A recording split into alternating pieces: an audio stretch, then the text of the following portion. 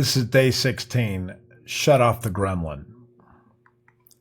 When I was young, the movie Gremlins came out and haunted an entire generation. I would say that and the poltergeist clown were the two that kept us up in our nightmares growing up. So I was always worried about gremlins crawling up out of the basement and chewing my ears off or some such other horrific moment. I tried to devise all sorts of strategies to get my mind to stop thinking about the possibilities of gremlins being somewhere in my house, just waiting for the right opportunity to catch me unaware. I did not have the internet as a child, so I could not research how to resolve this issue. I had never heard of meditation practices before. I took recommendations from friends, family, and a National Geographic magazine that had a special on dream psychology. Carl Jung taught me that gremlins were actually representing something that was really eating at me. But try as I might, I could not figure out what that was. I tried thinking about something else, reading a book, doing something else for a while, hiding under the sheets and gripping my pillow tight, and maybe listening to the radio.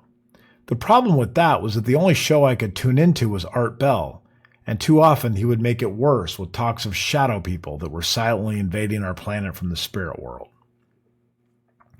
I bring this up because I have the same problem today, just in a different context. I have these gremlins hiding inside my head that try to constantly tell me things that I should not be listening to. You are too fat to run. You are too old to start a company. You do not know what you are doing. You are an imposter. You are being stupid. No one does this. You are crazy. There are many of these gremlins, and they sometimes seem like they have giant megaphones. Today I was on a morning run. Yes, part of my new 365 commitment is to run every day for 365 days in a row. Now, do not tell me that I should not do that by saying it is unhealthy. You need a rest day. I need consistency more than I need a rest day. One rest day turns into 3 rest days, which turns into 3 months of rest days. Anyway, on this morning run, I realized that this gremlin was in my head saying, "Oh, this sucks. You cannot run this much. You cannot stop. You should stop now, you old lazy, fat, out of shape wannabe tech executive. Get back to the keyboard and stop pretending to be a runner. You cannot do this. Everyone is looking at this old dude run around the park and laughing.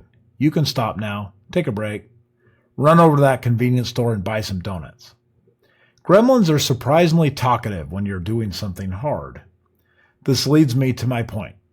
It is not good enough to recognize that you have gremlins or the possibility of gremlins. You have to name each gremlin, like what Chris Columbus did, the writer behind the original film. The worst gremlin was named Stripe. The comic and silly one was named Gizmo. Once you name the gremlin, it becomes less scary and not as intimidating. You now know what you are dealing with. When Stripe comes back into focus in your mind, you can start to call it out. "All right, Stripe, you can just shut up now. I'm turning you off." This cognitive trick of naming the gremlin, giving it a personality, and then telling it to turn off is surprisingly powerful. This gives you control over this thing and helps you identify the source of these voices and negative thoughts in your mind. This cognitive trick of naming the gremlin, giving it a personality, and then telling it to turn off is surprisingly powerful.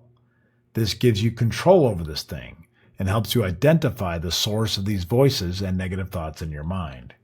The truth is, we all have our own version of Stripe lurking in the shadows, waiting to sabotage our progress and keep us small. But just like in the movie, we also have our inner Gizmo, the gentle, wise voice that knows what's right and good for us. The question isn't whether these gremlins will show up. They always do. We're pushing ourselves to grow. The question is whether we'll let them multiply and take over, or whether we'll shine a light on them, call them by name, and watch them shrivel up in the brightness of our awareness. So the next time you hear that familiar voice telling you to quit, to play it safe, to stay comfortable, just remember, you know exactly who's talking now, and you have the power to turn them off.